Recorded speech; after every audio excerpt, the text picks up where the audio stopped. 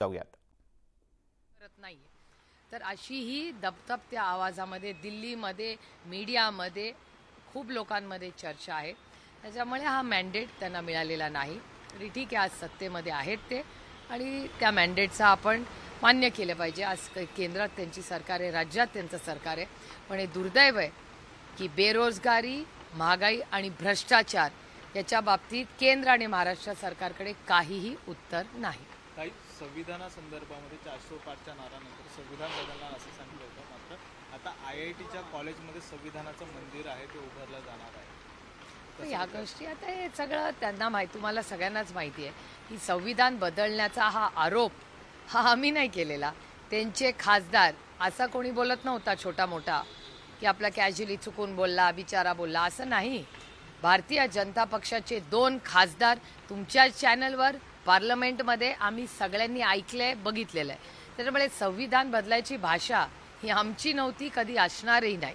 ही संविधान बदलायची भाषा ही फक्त आणि फक्त भारतीय जनता पक्ष आणि त्यांच्या मित्रपक्षांनाच मान्य आहे, या देशाला आणि आम्हाला मान्य नाही. ताई, पण आत्ताच पुन्हा एकदा भारतीय जनता पक्ष आता संविधान जागर यात्रा काढणार आहे. पंतप्रधान नरेंद्र मोदी हे संविधानाचे पाय पडताना आता पाहायला मिळतात आहे. ठीक आहे, आता त्यांना कळलेलं आहे की ह्या देशामध्ये संविधान बदललं किंवा बदलण्याचा प्रयत्न केला तर ह्या देशाला ते मान्य नाही, आम्हालाही मान्य नाही. कारण का आपण जरी एका राजकीय पक्षात काम करत असलो तरी हा देश कुणाच्या मर्जीनी चालत नाही. तो या देश फक्त आणि फक्त संविधानानेच चालतो आणि चालणार. आणि त्याच्यासाठी आम्हाला कितीही मेहनत करावी लागेल. संविधान वाचवण्यासाठी आम्ही कष्टांची पराकाष्ठा करू, पण या देशात कुणालाही संविधान बदलू देणार नाही. राज ठाकरे आणि मुख्यमंत्री यांची आज बैठक झालेली आहे. कसं बघता राजकारणाची येत्या विधानसभेला काही नवीन समीकरणं बनवू शकतात का? बिनशर्त पाठिंबा दिल्यानंतर एकला चलोचा नारा दिला तर राज ठाकरे आणि आता ते मुख्यमंत्र्यांची भेट घेतली. त्यांचा अंतर्गत प्रश्न. पश्चिम महाराष्ट्राचा दौरा पण करणार आहेत राज ठाकरे. यापूर्वी पुण्याचा केला होता. पुण्यामध्ये पाणी जास्त टाकलं होतं. ही लोकशाही आहे, प्रत्येकाला कुठेही जाता येतं. ताई, तुम्ही संसदेत खरं तर नाव बदलून एअर ट्रॅव्हलिंग केल्याच्या संदर्भात तुम्ही प्रश्न उपस्थित केलेला. हा संपूर्ण देशाला विघातक असा म्हणजे गुन्हा आहे. या सगळ्या संदर्भात लोकसभेने गांभीर्याने विचार केला पाहिजे. अजित पवारांनी काल प्रसारमाध्यमांना सांगितलं की जर माझ्यावरचे आरोप जर सिद्ध झाले तर ज्यांनी माझ्यावरती लोकसभेमध्ये आरोप लावलेत त्यांनी राजकारणातून निवृत्त होण्याची देखील तयारी ठेवावी. निवृत्त नाही, संन्यास. दोन्हीमध्ये अंतर आहे. एकतर मी आजपर्यंत, तुम्ही डेटा काढून बघा, मी आजपर्यंत कुणावरच कुठलाही आरोप केलेला नाही. मी 0 आवरमध्ये नाही, मी क्वेश्चन आवरमध्ये बोलले. पहिला मुद्दा. दुसरा मुद्दा की एक नवीन ॲप आहे, त्याचं नाव DG ॲप.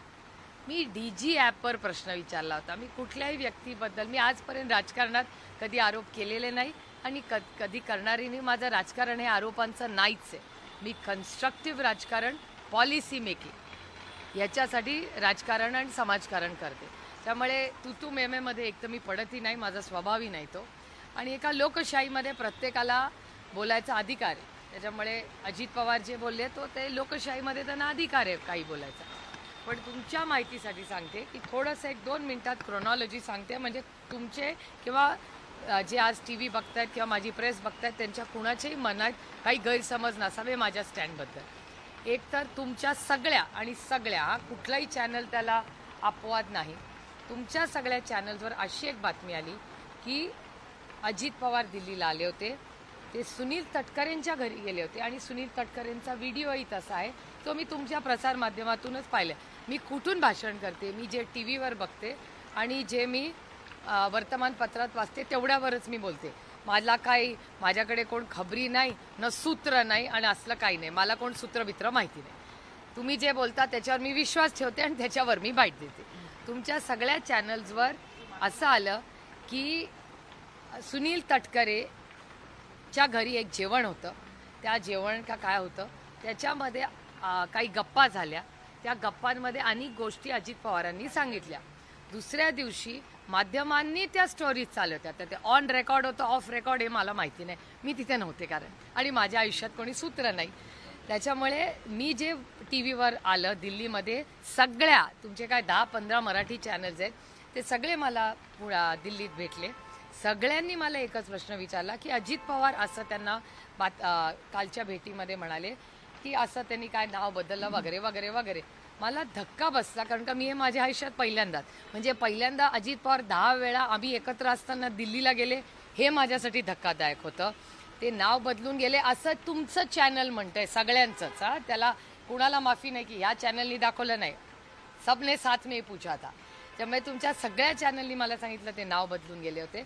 आणि एक नाही 10 वेळा ते अमित शहांना भेटले असं अजित पवार माध्यमांना बोलले. माध्यमांनी मला प्रश्न विचारला. त्यामुळे मला ते धक्कादायक होतं, कारण का ते लीडर ऑफ ऑपोजिशन होते. आम्ही एकत्र होतो, एका पक्षात होतो, पक्षाचेही नेते होते, राज्याचे लीडर ऑफ ऑपोजिशन म्हणजे तिन्ही पक्षाचे ते नेते होते. त्याच्यामुळे मला हे सगळंच धक्कादायक आणि अगदीच नवीन होतं. त्याच्यामुळे मी एकदम म्हटलं अरे असं कसं होईल, ते नाव कसं बदलून जातील, नियमात तर जाता येत नाही. त्याच्यातून ते अमित शहांना 10 वेळा भेटले हे मलाही धक्कादायक होतं, कारण का आम्हाला काही माहिती नव्हतं. त्यामुळे सगळंच माझ्यासाठी धक्कादायक होतं. ते झाल्यानंतर मला जे योग्य वाटलं तेवढंच बोलले. त्याच्यानंतर योगायोग असा झाला, म्हणजे आपण म्हणतो ना कावळा बसायला आणि फांदी तुटायला, की दुसऱ्या दिवशी मी तिसऱ्या दिवशी पार्लमेंटमध्ये गेले. डिस्कशन चाललं होतं दिगी ॲप. मलाही दिगी ॲपची चिंता वाटते, डीजी ॲपची, कारण पुण्याच्या एअरपोर्टला, मुंबईच्या एअरपोर्टला अनेक वेळा आम्हाला ते डीजी ॲप, कार्ड बीट सगळंच काय काय असतं. तर मला खूप क्युरिओसिटी. आणि तो पहिला प्रश्न मनीष तिवारी माझ्या सहकार्याने विचारला की लोकांची प्रायव्हसी ह्याच्यातून इव्हेड होईल का.